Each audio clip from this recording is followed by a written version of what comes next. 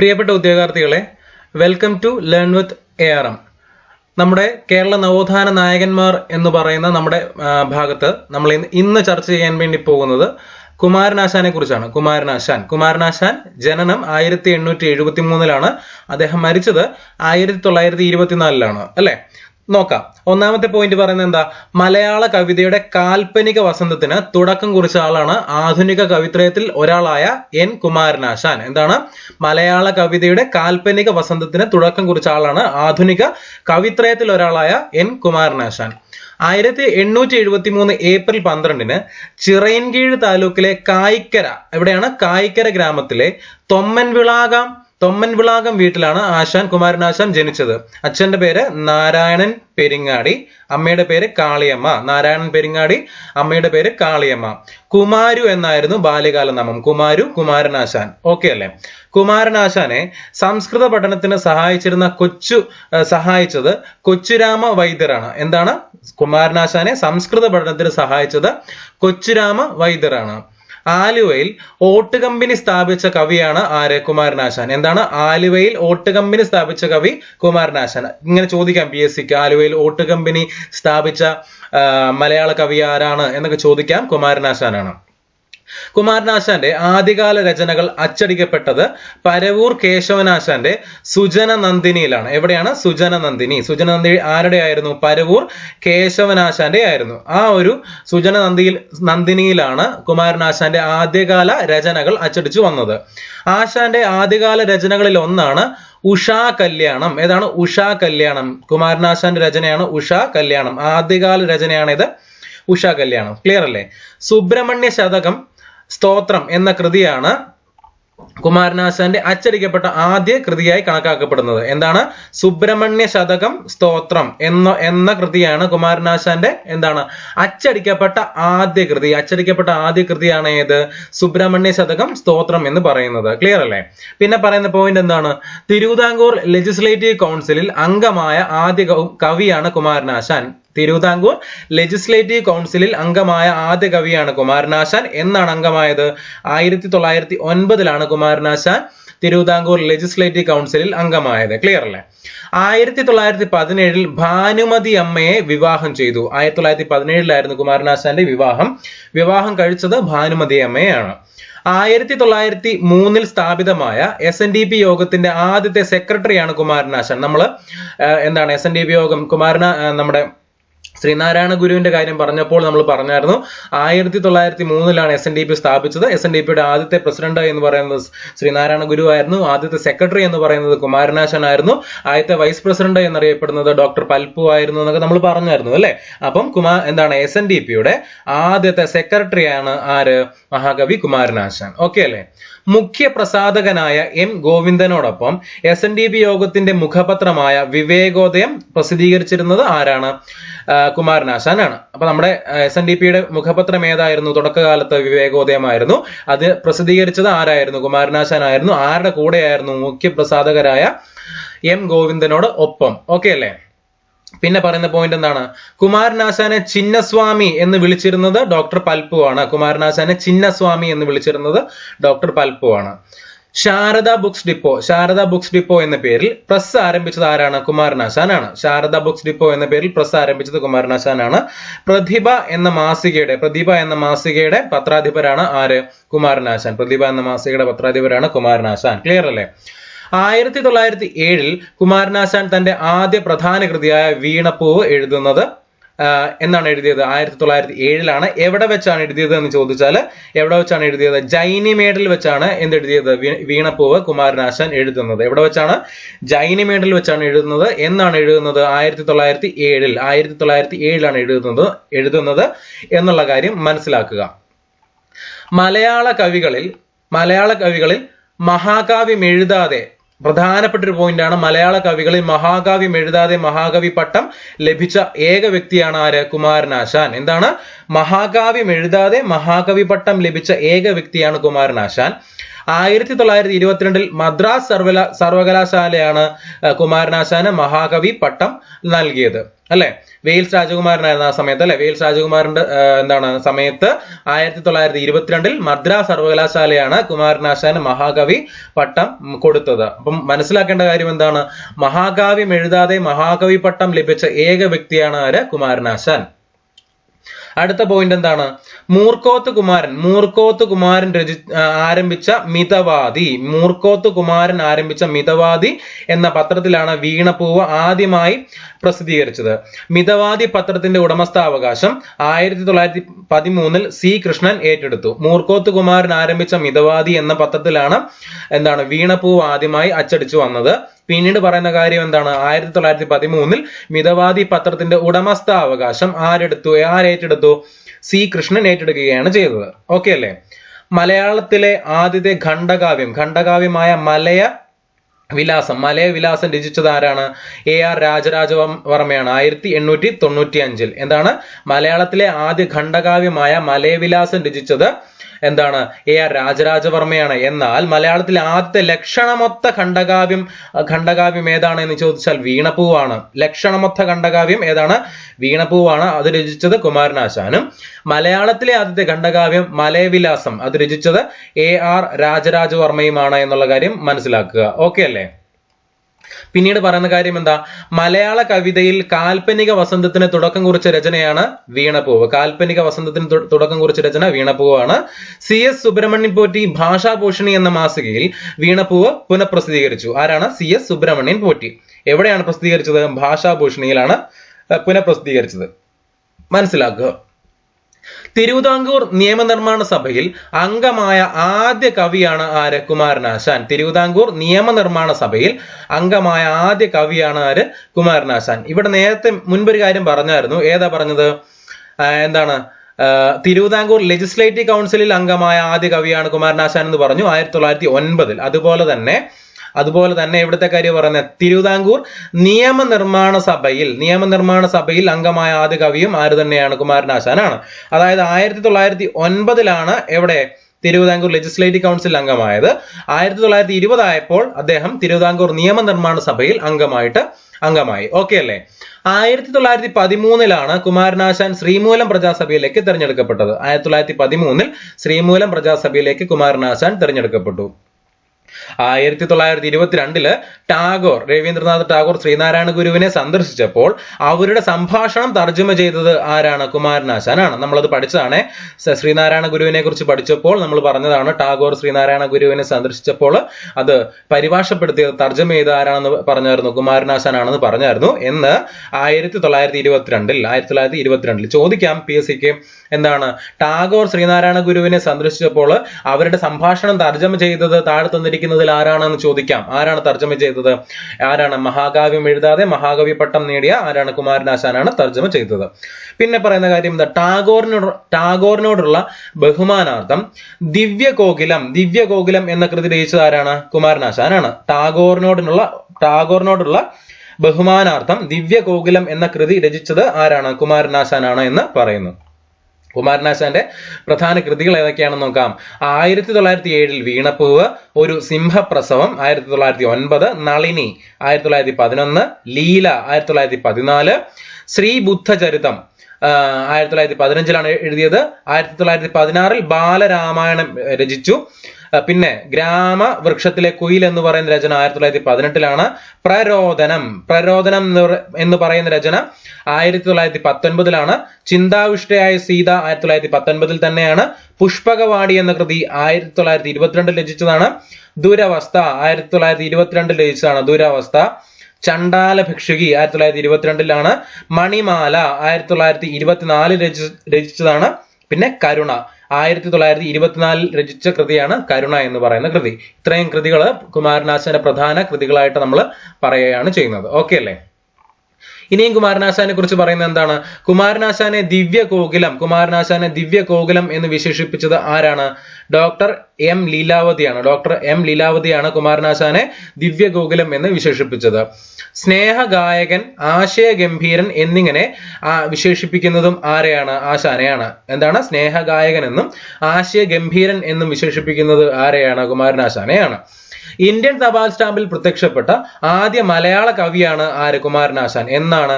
1973 Indian തപാൽ സ്റ്റാമ്പിൽ പ്രത്യക്ഷപ്പെട്ട ആദ്യ മലയാള കവിയാണ് ആര്? കുമാരനാശാൻ. എന്നാണ് പ്രത്യക്ഷപ്പെട്ടത്?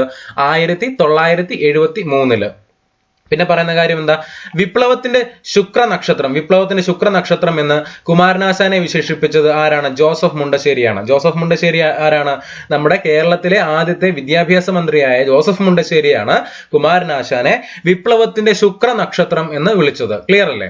പിന്നെ പറയുന്ന കാര്യം എന്താണ്? മനുഷ്യ കഥാനുഗായികൾ എന്ന കൃതിയിലാണ് മുണ്ടശ്ശേരി കുമാരനാശാനെ ഇങ്ങനെ വിശേഷിപ്പിക്കുന്നത്. മനുഷ്യ കഥാനുഗായികർ എന്ന കൃതിയിലാണ് മുണ്ടശ്ശേരി കുമാരനാശാനെ ഇങ്ങനെ വിശേഷിപ്പിക്കുന്നത്. ക്ലിയർ അല്ലേ? 1923 കുമാരനാശാൻ SNDPയുടെ പ്രസിഡന്റ് ആയിട്ട് മാറി. 1923 കുമാരനാശാൻ SNDPയുടെ പ്രസിഡന്റ് ആയി. ചോദിക്കാം, കുമാരനാശാൻ SNDPയുടെ പ്രസിഡന്റ് ആയ വർഷം ഏതാണ് എന്ന് ചോദിച്ചാൽ എഴുതുക. 1923 ആണ്. പിന്നെ പറയുന്ന കാര്യം എന്താ? വളരെ പ്രധാനമായിട്ടും പഠിക്കേണ്ട കാര്യം, ഇമ്പോർട്ടന്റ് ആയിട്ട് പഠിക്കേണ്ട കാര്യമാണ്. 1924 ജനുവരി 16 ആലപ്പുഴയിൽ പല്ലനയാറ്റിൽ ഉണ്ടായ ഒരു ബോട്ട് അപകടത്തിൽ കുമാരനാശാൻ കൊല്ലപ്പെട്ടു. എന്താണ്? 1924 ജനുവരി 16 ആലപ്പുഴയിലെ പല്ലനയാറ്റിലുണ്ടായ ബോട്ട് അപകടത്തിലാണ് കുമാരനാശാൻ കൊല്ലപ്പെടുന്നത്. ആ ബോട്ടിന്റെ പേര് റെഡീമർ എന്നായിരുന്നു. ആ ബോട്ടിന്റെ പേര് എന്താണ്? ആ ബോട്ടിന്റെ പേര് റെഡീമർ എന്നായിരുന്നു ആ ബോട്ടിന്റെ പേര്. ക്ലിയർ അല്ലേ? ബോട്ടപകടം ഉണ്ടായ സ്ഥലം ഇന്ന് കുമാരകോടി എന്നാണ് അറിയപ്പെടുന്നത്. ആ ഒരു ബോട്ടപകടം ഉണ്ടായ പല്ലനയാറ്റിലെ ആ ഒരു സ്ഥലം അറിയപ്പെടുന്ന പേരെന്താണ്? കുമാരകോടി എന്നാണ് അറിയപ്പെടുന്നത്. എന്താണ് അറിയപ്പെടുന്നത്? കുമാരകോടി. എന്താണ്? കുമാരകോടി. 1924 കുമാരനാശാന് അപകടത്തിൽ മരിക്കുന്നത്. പിന്നെ പറയുന്ന കാര്യം എന്താ? Asan memorial Kumaranasan national institute of culture സ്ഥാപിച്ചിരിക്കുന്നത് തിരുവനന്തപുരം ജില്ലയിലെ തോന്നയ്ക്കലാണ്. എവിടെയാണ്? തിരുവനന്തപുരം ജില്ലയിലെ തോന്നയ്ക്കലാണ് കുമാരനാശാന്റെ മെമ്മോറിയൽ സ്ഥിതി ചെയ്യുന്നത്. തിരുവനന്തപുരം ജില്ലയിലെ തോന്നയ്ക്കൽ. 1958 ഇത് സ്ഥാപിതമായത്. സ്ഥാപിച്ചത് ആരാണ്? ജോസഫ് മുണ്ടശ്ശേരിയാണ്. അല്ലെ?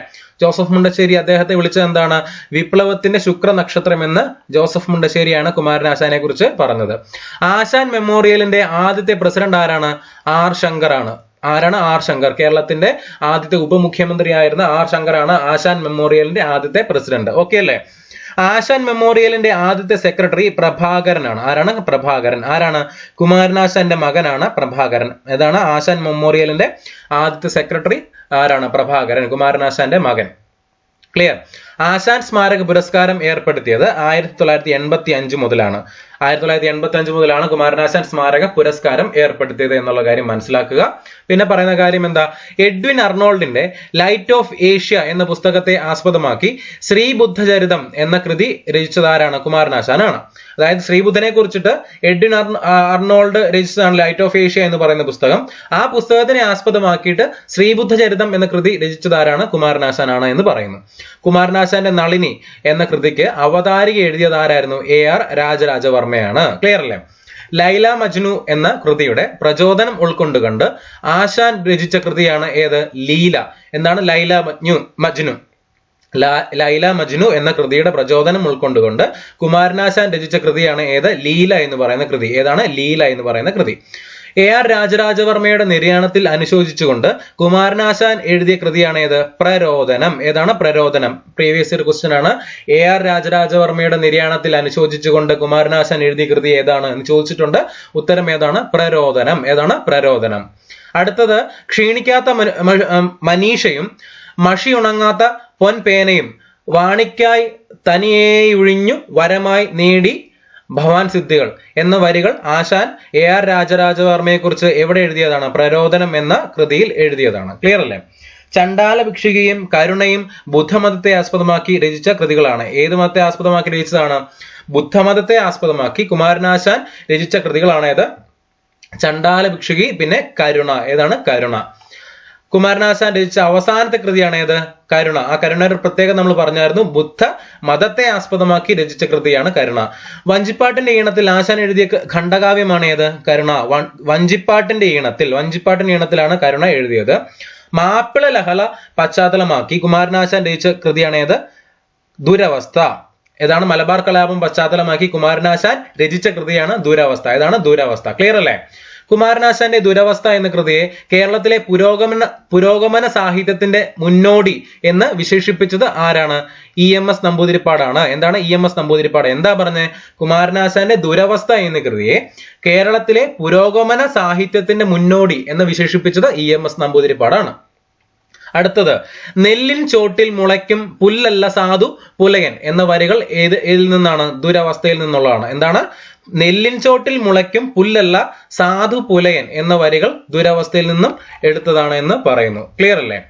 അടുത്ത പോയിന്റ് എന്താ? അടുത്ത വരികൾ എന്താണ്? വെട്ടിമുറിക്കുക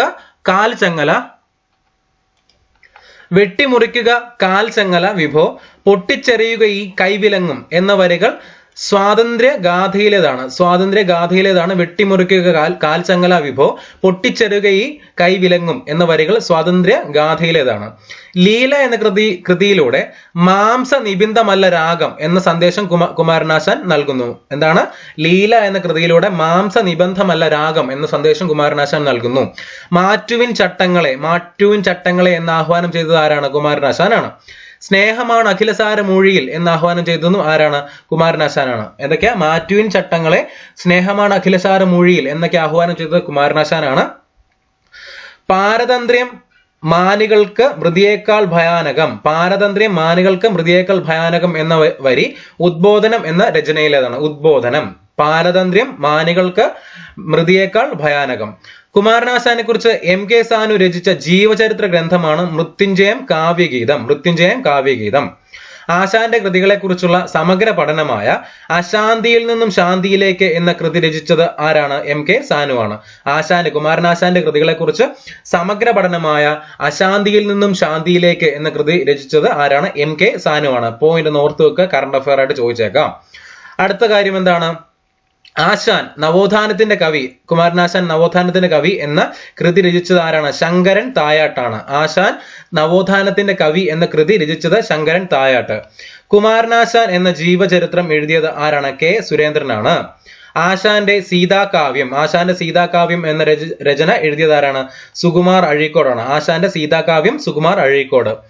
അന്തമില്ലാതെ ഉള്ളോരാഴത്തിലേക്കായിത ഹന്ത, താഴുന്നു കഷ്ടം. ഈ വരികൾ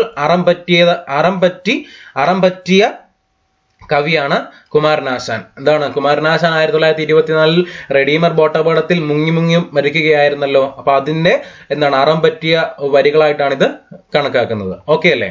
കുമാരനാശാൻ സൃഷ്ടിച്ച പ്രധാന കഥാപാത്രങ്ങൾ നമുക്ക് നോക്കാം. ഏതൊക്കെയാണ്? ഒന്ന്, നളിനി. ഏത് കൃതി? നളിനി എന്ന് പറയുന്ന കൃതിയിലെ കഥാപാത്രങ്ങൾ ഏതൊക്കെയാണ്? നളിനിയും ദിവാകരനും.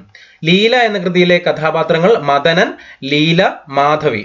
ദുരവസ്ഥയിലെ കഥാപാത്രങ്ങൾ ഏതൊക്കെയാണ്? സാവിത്രി, ചാത്തൻ. ചണ്ടാല ഭിക്ഷുകിയിലെ മാതങ്കി, ആനന്ദൻ. കരുണയിലാണെങ്കിലോ വാസവദത്ത, ഉപഗുപ്തൻ എന്നിവര് ആണ് കൃതിയും പ്രധാന കഥാപാത്രങ്ങളുമായിട്ട് കുമാരനാശാന്റെ കാര്യത്തിൽ നമ്മൾ പറയുന്നത്. ഓക്കെ അല്ലേ? അടുത്ത നമ്മുടെ നവോത്ഥാന നായകൻ ആരാണ്? AKG ആണ്. AK ഗോപാലൻ. കാലഘട്ടം 1904 മുതൽ 1977 വരെയുള്ള കാലഘട്ടം. ആയില്യത്ത് കുറ്റ്യാരി ഗോപാലൻ നമ്പ്യാർ എന്ന AK ഗോപാലൻ 1904 ഒക്ടോബർ 1 തീയതി കണ്ണൂർ ജില്ലയിലെ പെരളശ്ശേരിയിലാണ് ജനിച്ചത്. എന്നാണ് ജനിച്ചത്? 1904 ഒക്ടോബർ 1 തീയതി. അദ്ദേഹത്തിന്റെ ശരിയായ പേരെന്താണ്? ആയില്യത്ത് കുറ്റ്യാരി ഗോപാലൻ നമ്പ്യാർ. പാവങ്ങളുടെ പടത്തലവൻ കേരള ഗോഖലെ എന്നിങ്ങനെ അറിയപ്പെടുന്ന ആരാണ്? AKG ആണ്. പാവങ്ങളുടെ പടത്തലവൻ എന്നറിയപ്പെടുന്നത് നവോത്ഥാന നായകൻ ആരാണ്? കേരള ഗോഖലെ എന്നിങ്ങനെ അറിയപ്പെടുന്ന നവോത്ഥാന നായകൻ ആരാണ്? AK ഗോപാലനാണ്. ആദ്യ ലോക്സഭയിൽ ഇടതുപക്ഷത്തിന്റെ നേതാവ് ആരായിരുന്നു? AKG ആയിരുന്നു. വളരെ പ്രധാനപ്പെട്ട പോയിന്റ് ആണ്. ആദ്യത്തെ ലോക്സഭയിൽ ഇടതുപക്ഷത്തിന്റെ നേതാവ് ആരായിരുന്നു? AKG ആയിരുന്നു. 1940-കളിൽ ഇന്ത്യൻ കോഫി ബോർഡ് സ്ഥാപനത്തിന് പ്രസ്ഥാനത്തിന് ജന്മം നൽകിയത് ഇദ്ദേഹമാണ്. 1940-കളിൽ ഇന്ത്യൻ കോഫി ബോർഡ് പ്രസ്ഥാനത്തിന് ജന്മം നൽകിയത് ഇദ്ദേഹമാണ്. 1958-ലാണ് കേരളത്തിലെ ആദ്യത്തെ ഇന്ത്യൻ കോഫി ഹൗസ് എവിടെ സ്ഥാപിക്കുന്നത്? തൃശ്ശൂരിൽ സ്ഥാപിക്കുന്നത്. അപ്പം നമുക്ക് പറയാം ഇന്ത്യൻ കോഫി ഹൗസിന്റെ സ്ഥാപകനായിട്ട് നമ്മൾ എപ്പോഴും പറയുന്നത് ആരെക്കുറിച്ചാണ്? AKG കുറിച്ചാണെന്ന് പറയുന്നുണ്ടല്ലോ. അപ്പൊ 1958-ലാണ് കേരളത്തിലെ ആദ്യത്തെ ഇന്ത്യൻ കോഫി ഹൗസ് എവിടെ തുടങ്ങുന്നത്? തൃശ്ശൂരിൽ സ്ഥാപിക്കുന്നത്. കേരളത്തിലെ സഹകരണ പ്രസ്ഥാനത്തിന്റെ പിതാവ് എന്നറിയപ്പെടുന്നത് ആരാണ്? AKG ആണ്. കേരളത്തിന്റെ സഹകരണ പ്രസ്ഥാനത്തിന്റെ പിതാവ് എന്നറിയപ്പെടുന്നത് AK ഗോപാലനാണ്. കെ കേളപ്പന്റെ നേതൃത്വത്തിൽ നടന്ന ഉപ്പ് സത്യാഗ്രഹ ജാഥയ്ക്ക് പയ്യന്നൂരിൽ പയ്യന്നൂരിൽ സ്വീകരണം നൽകിയത് ആരാണ്? AK ഗോപാലനാണ്. കെ കേളപ്പന്റെ നേതൃത്വത്തിൽ നടന്ന ഉപ്പ് സത്യാഗ്രഹ ജാഥയ്ക്ക് പയ്യന്നൂരിൽ സ്വീകരണം നൽകിയത് AK ഗോപാലനാണ്. 1930-ൽ ഉപ്പ് സത്യാഗ്രഹത്തിൽ പങ്കെടുത്ത് അറസ്റ്റ് വരിച്ചിട്ടുണ്ട് ആര്? AK ഗോപാലൻ. 1930-ൽ. 1931-ലെ ഗുരുവായൂർ സത്യാഗ്രഹത്തിന്റെ വോളണ്ടിയർ ക്യാപ്റ്റൻ ആരായിരുന്നു? AK ഗോപാലനായിരുന്നു. AKG ആയിരുന്നു. വളരെ പ്രധാനപ്പെട്ട പോയിന്റ് എന്താണ്? ഗുരുവായൂർ സത്യാഗ്രഹത്തിന്റെ വോളണ്ടിയർ ക്യാപ്റ്റൻ ആയിരുന്നത് ആരാണെന്ന് ചോദിച്ചാൽ AKG ആയിരുന്നു. 1931-ലെ ഗുരുവായൂർ സത്യാഗ്രഹത്തിന്റെ വോളണ്ടിയർ ക്യാപ്റ്റൻ AK ഗോപാലൻ. അടുത്ത പോയിന്റ് എന്താ? ഗുരുവായൂർ സത്യാഗ്രഹത്തോടനുബന്ധിച്ച് കണ്ണൂരിൽ നിന്നും ക്ഷേത്ര സത്യാഗ്രഹ ജാഥ നടത്തിയത് ആരാണ്? AK ഗോപാലനാണ് അല്ലെങ്കിൽ AKG ആണ്. എന്താ പറഞ്ഞ? ഗുരുവായൂർ സത്യാഗ്രഹത്തോടനുബന്ധിച്ച് കണ്ണൂരിൽ നിന്നും ക്ഷേത്ര സത്യാഗ്രഹ ജാഥ നടത്തിയത് AK ഗോപാലനാണ്. സുബ്രഹ്മണ്യൻ തിരുമുമ്പായിരുന്നു ജാഥയുടെ നേതാവ്. ഓക്കെ അല്ലേ? 1936-ൽ കണ്ണൂരിൽ നിന്നും മദ്രാസിലേക്ക് പട്ടിണി ജാഥ. വീണ്ടും അടുത്ത പോയിന്റ്, പ്രധാനപ്പെട്ട പോയിന്റ് ആണ്. 1936-ൽ കണ്ണൂരിൽ നിന്നും മദ്രാസിലേക്ക് പട്ടിണി ജാഥ സംഘടിപ്പിച്ചതും ആരാണ്? AK ഗോപാലനാണ്. എവിടെ നിന്ന് എങ്ങോട്ടാണ് പട്ടിണി ജാഥ നയിച്ചത്? കണ്ണൂരിൽ നിന്നും മദ്രാസിലേക്കുമായിരുന്നു പട്ടിണി ജാഥ നയിച്ചത്. എന്നായിരുന്നു? 1936-ലായിരുന്നു. ആരായിരുന്നു നയിച്ചത്? AK ഗോപാലനായിരുന്നു. അല്ലെങ്കിൽ സംഘടിപ്പിച്ചത് AKG ആയിരുന്നു. 1960-ല് കാസർഗോഡ് നിന്നും തിരുവനന്തപുരം വരെ കാൽനട ജാഥ നയിച്ചത് AKG ആണ്. AKG അമരാവതി സത്യാഗ്രഹം നടത്തിയത് 1961-ലാണ്. AKG അമരാവതി സത്യാഗ്രഹം നടത്തിയത് 1961-ലാണ് എന്ന് പറയുന്നു. 1934-ൽ രൂപീകൃതമായ കോൺഗ്രസ് സോഷ്യലിസ്റ്റ് പാർട്ടിയുടെ പ്രധാന പ്രവർത്തകരിൽ ഒരാളായിരുന്നു AK ഗോപാലൻ. ഓക്കെ അല്ലേ? പിന്നെ പറയുന്ന കാര്യം എന്താ? 1935-ലെ തിരുവണ്ണൂർ കോട്ടൺ മിൽ സമരത്തിന് നേതൃത്വം നൽകിയത് AK ഗോപാലനാണ്. ഒന്നുകൂടെ പറയാം. 1935-ലെ തിരുവണ്ണൂർ കോട്ടൺ മിൽ സമരത്തിന് നേതൃത്വം നൽകിയത് AK ഗോപാലനാണ്. തിരുവിതാംകൂറിലെ ഉത്തരവാദിത്ത ഭരണ പ്രക്ഷോഭത്തിന് അനുഭാവം പ്രകടിപ്പിക്കാനുള്ള KPCCയുടെ കോഴിക്കോട് നിന്ന് തിരുവിതാംകൂറിലേക്ക് മലബാർ ജാഥ നയിച്ചത് ആരാണ്? AKG ആണ്. എന്താണ്? തിരുവിതാംകൂറിൽ ഒരു ഉത്തരവാദിത്ത ഭരണ പ്രക്ഷോഭം നടന്നായിരുന്നു. അതിന് അനുഭാവം പ്രകടിപ്പിക്കാനുള്ള KPCCയുടെ കോഴിക്കോട് നിന്ന് തിരുവിതാംകൂറിലേക്കുള്ള മലബാർ ജാഥ നയിച്ചത് ആരാണ്? AK ഗോപാലനാണ്. എന്നായിരുന്നു? 1938 സെപ്റ്റംബർ 10-ന്. ക്ലിയർ അല്ലേ? ചരിത്ര പ്രസിദ്ധമായ ആലപ്പുഴ തൊഴിലാളി സമരത്തിന് നേതൃത്വം നൽകിയത് ആരാണ്? AK ഗോപാലനാണ്. ചരിത്ര പ്രസിദ്ധമായ ആലപ്പുഴ തൊഴിലാളി സമരം എന്നായിരുന്നു? 1938-ലായിരുന്നു. നേതൃത്വം നൽകിയത് ആരാണ്? AK ഗോപാലനാണ്. AK ഗോപാലൻ കമ്മ്യൂണിസ്റ്റ് പാർട്ടിയിൽ അംഗമായ വർഷം 1939-ലാണ്. സ്വാതന്ത്ര്യ സമരത്തെ സഹായിക്കാനായി ആരംഭിച്ച പ്രഭാതം എന്ന പത്രത്തിന്റെ മാനേജറായി ഇദ്ദേഹം പ്രവർത്തിച്ചിരുന്നു. സ്വാതന്ത്ര്യ സമരത്തെ സഹായിക്കാനായി ആരംഭിച്ച പ്രഭാതം എന്ന പത്രത്തിന്റെ മാനേജറായിട്ട് ആര് പ്രവർത്തിച്ചിരുന്നു? AK ഗോപാലൻ പ്രവർത്തിച്ചിരുന്നു. ദേശാഭിമാനി വർത്തമാനപത്രം ആരംഭിക്കാൻ നേതൃത്വം നൽകിയത് AK ഗോപാലൻ, EMS എന്നിവരായിരുന്നു. ഏതാണ്? ദേശാഭിമാനി എന്ന വർത്തമാന പത്രം ആരംഭിക്കാൻ നേതൃത്വം നൽകിയത് AKGയും EMS നമ്പൂതിരിപ്പാടുമാണ്. 1942-ലായിരുന്നു എന്താരംഭിച്ചത്? ദേശാഭിമാനി പത്രം ആരംഭിച്ചത്. ഓക്കെ അല്ലേ? കമ്മ്യൂണിസ്റ്റ് പാർട്ടിയുടെ സെക്രട്ടറി ആയിരുന്ന സെക്രട്ടറിയായി AKG തെരഞ്ഞെടുക്കപ്പെട്ടത് 1944-ലാണ്. അപ്പൊ അദ്ദേഹം 1939-ൽ കമ്മ്യൂണിസ്റ്റ് പാർട്ടിയിൽ അംഗമായി. അതിനുശേഷം ഒരു 5 വർഷം കഴിഞ്ഞപ്പോൾ 1944-ൽ കേരള കമ്മ്യൂണിസ്റ്റ് പാർട്ടിയുടെ സെക്രട്ടറി ആയിട്ട് AKG തെരഞ്ഞെടുക്കപ്പെട്ടു. ഇന്ത്യയിൽ കരുതൽ തടങ്കൽ നിയമപ്രകാരം അറസ്റ്റിലായ ആദ്യ വ്യക്തിയാണ് ആര്? AK ഗോപാലൻ. പ്രധാനപ്പെട്ട പോയിന്റ് ആണ്. ഇന്ത്യയിൽ കരുതൽ തടങ്കൽ നിയമപ്രകാരം അറസ്റ്റിലായ ആദ്യ വ്യക്തിയാണ് AK ഗോപാലൻ. AK ഗോപാലനെ അഖിലേന്ത്യാ കിസാൻ സഭയുടെ പ്രസിഡന്റായി തെരഞ്ഞെടുത്ത വർഷം 1951. 1952 ആദ്യ പൊതു തെരഞ്ഞെടുപ്പിൽ കാസർഗോഡ് മണ്ഡലത്തിൽ നിന്നാണ് AKG ലോക്സഭാംഗമായത്. എന്താ പറയുന്നത്? 1952 ആദ്യത്തെ പൊതു തെരഞ്ഞെടുപ്പിൽ കാസർഗോഡ് മണ്ഡലത്തിൽ നിന്നാണ് AKG ലോക്സഭയിലേക്ക് തെരഞ്ഞെടുക്കപ്പെട്ടത്. ഓക്കെ അല്ലേ? 5 തവണ AKG ലോക്സഭയിലേക്ക് തെരഞ്ഞെടുക്കപ്പെട്ടിട്ടുണ്ട്. 5 തവണ. വളരെ പ്രധാനപ്പെട്ട പോയിന്റ് ആണ്. 1990 തപാൽ വകുപ്പ് AKG സ്മാരക സ്റ്റാമ്പ് പുറത്തിറക്കി എന്നാണ് 1990. ഇന്ത്യൻ പാർലമെന്റിൽ പ്രതിമ സ്ഥാപിക്കപ്പെട്ട ആദ്യ കമ്മ്യൂണിസ്റ്റ് നേതാവാണ് ആര്? AKG. പ്രധാനപ്പെട്ട പോയിന്റ്. ഇന്ത്യൻ പാർലമെന്റിൽ പ്രതിമ സ്ഥാപിക്കപ്പെട്ട ആദ്യ കമ്മ്യൂണിസ്റ്റ് നേതാവ് ആരാണ്? AKG ആണ്. AKGയുടെ അന്ത്യവിശ്രമ സ്ഥലം എവിടെയാണ്? കണ്ണൂർ ജില്ലയിലെ പയ്യാമ്പലത്താണ് AKGയുടെ അന്ത്യവിശ്രമ സ്ഥലം കുടികൊള്ളുന്നത്. ഓക്കെ അല്ലേ? AKG അതിജീവനത്തിന്റെ കനൽ വഴികൾ എന്നത് എന്താണ്? AKGയുടെ AK ഗോപാലൻ അല്ലെങ്കിൽ AKGയുടെ ജീവിതത്തെ ആസ്പദമാക്കി ഷാജി എൻ കരുൺ സംവിധാനം ചെയ്ത സിനിമയാണ്. ഏതാണ്? AKG അതിജീവനത്തിന്റെ കനൽ വഴികൾ. AKG കുറിച്ചുള്ള ഷാജി എൻ കരുൺ സംവിധാനം ചെയ്ത സിനിമയുടെ പേരാണ്. പിന്നെ മറ്റു കൃതികൾ ഏതൊക്കെയാണ്? മണ്ണിനു വേണ്ടി, ഹരിജനം, കൊടുങ്കാറ്റിന്റെ മാറ്റൊലി, എന്റെ ഡയറി, ഞാൻ ഒരു പുതിയ ലോകം കണ്ടു, എന്റെ പൂർവ്വകാല സ്മരണകൾ. ഇതെല്ലാം ആരുടെ കൃതികളാണ്? AKGയുടെ കൃതികളാണ്. ഓക്കെ അല്ലേ? എന്റെ ജീവിതകഥ എന്നതാണ് AKGയുടെ ആത്മകഥ. എന്റെ ജീവിതകഥ എന്നുള്ളതാണ് AKGയുടെ ആത്മകഥയായിട്ട് പറയുന്നത്. ഓക്കെ അല്ലേ? അപ്പൊ ഇന്നത്തെ ക്ലാസ്സിൽ നമ്മൾ ആരെയൊക്കെ കുറിച്ചാണ് പഠിച്ചത്? 1 AKGയെ കുറിച്ച് പഠിച്ചു, 2 കുമാരനാശാനെ കുറിച്ച് പഠിച്ചു.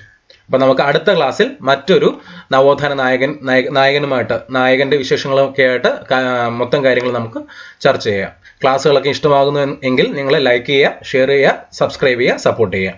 ബൈ.